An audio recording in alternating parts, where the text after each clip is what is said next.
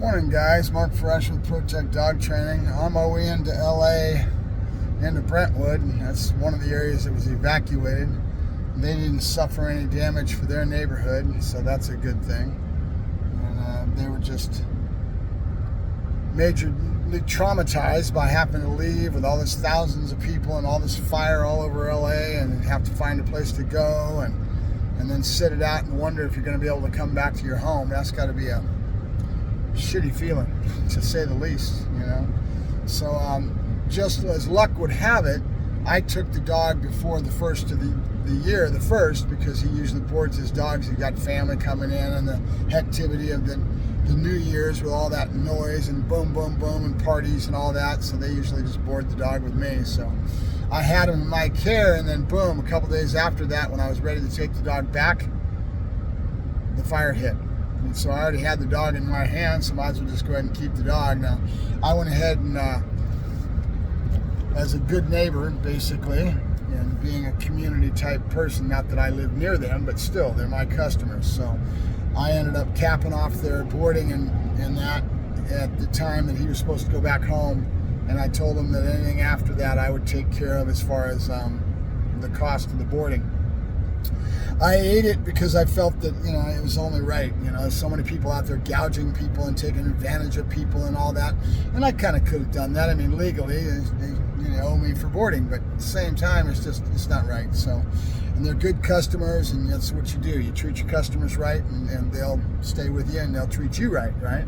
It's an honor system in a big way. You know, my job is to do my service and take care of the dog and train or whatever I'm doing, but at the same time, it's important to realize that without your customers, you're nothing, right? So then I've also got another dog to pick up that's been in the fire situation with Topanga Canyon, and they've got their dog being boarded by another friend of mine that has a doggy daycare. They're another trainer, and he doesn't do in-board training, so I am going to take that on and give them a little bit more reprieve and time until their situation settles out, right? These folks have had the firefighters sleeping in their home in Topanga Canyon, and that's all kind of wrapping up a little bit, but we got more wind coming today. It's red flag warning today. I'm driving in, so there's no guarantee that some idiot's not going to start another fire, right? Or that one will break out, however, you know. The last one, the Pacific Palisades, the scuttlebutt is that it was started from somebody having a barbecue in their backyard or something like that, and that started it. And then a bunch more jumped out. Well, that's debatable on how they happened. I mean, a lot of it could have been the embers that were flying all over the place, and it also could have been some people out there lighting the fires, right? One of them that was early in the evening when it went off, and as cold as it is, there's a lot of homeless out there, and they may have had a fire, you know, trying to stay warm. And then things happen, you know. There's no, you know, they'll do a full investigation. They'll get a little better feeling on it. But California is prone for fires, and you can sweep the forest floor all you want to, and you're not going to stop it. A man that's sitting there with his ignorance, you know, and all the backseat drivers that have all their opinions that are coming out all over the internet, and they don't have a friggin' clue. We've got some of the best firefighters in the nation, guys. We really do. California firefighters know their stuff, and those firefighters are coming in to help. There's a lot of knowledge and abilities that are gained from dealing with this. So, you know, they come in to help, but at the same time, it's part of their career. It's part of learning and growing, and they can't do that any better way than hanging with our California firefighters, right? So keep it in mind that all this crap coming from the other side is just that, right? Trying to blame, you know, blame game and blaming Newsom and all this. They're out to fry him, and that's all there is to it, you know. Come up with all kinds of crap that they throw at the wall, and 99% of it's all debunked and bullshit, right?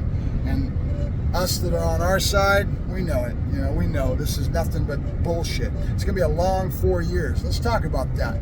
So today is the inauguration. I boycotted that motherfucker. I will not participate, and I'll keep my head out of that shit as much as I can, because that's all it's going to be is chaos, right?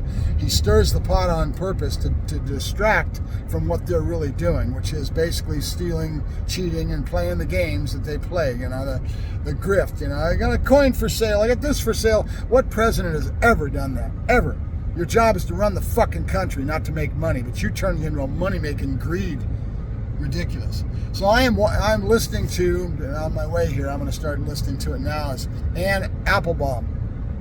She's pretty much an expert in authoritarian, and she's wrote in a book, The Twilight or something, I don't know what the name of it. Just look her up and look for her most current book. She's got a bunch of books she's written, and she's the lure of authoritarianism, right?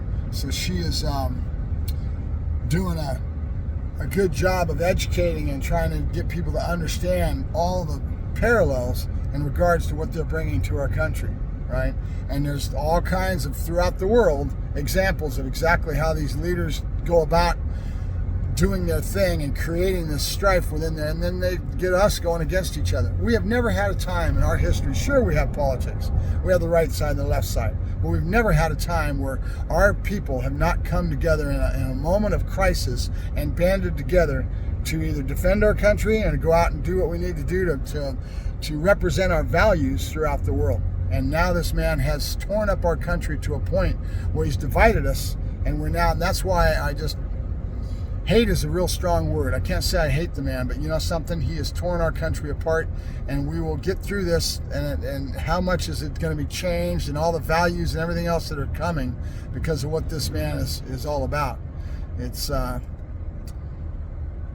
I knew it when he got voted into office. I was saying to myself that if he does win and he gets voted in, we'll never get our country back again. And I really believe that. It'll never be like when I was raised, right? We had a democracy, a republican, whatever you want to call it, a republic, a checks and balance system that worked and does work, and we're going to hold the ground as best we can in that regards. But there's no guardrails with his administration right now. He doesn't have people that are going to tell him and keep him from being the way he is, right?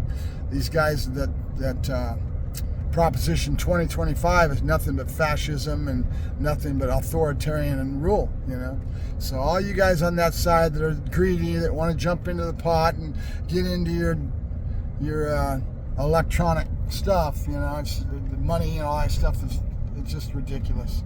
But it is what it is, so we'll find out as time goes along what happens here. All right, you guys have a good day. I'll be listening to Anne Applebaum's book. And today is their most recent book that she wrote addressing this. And we shall see.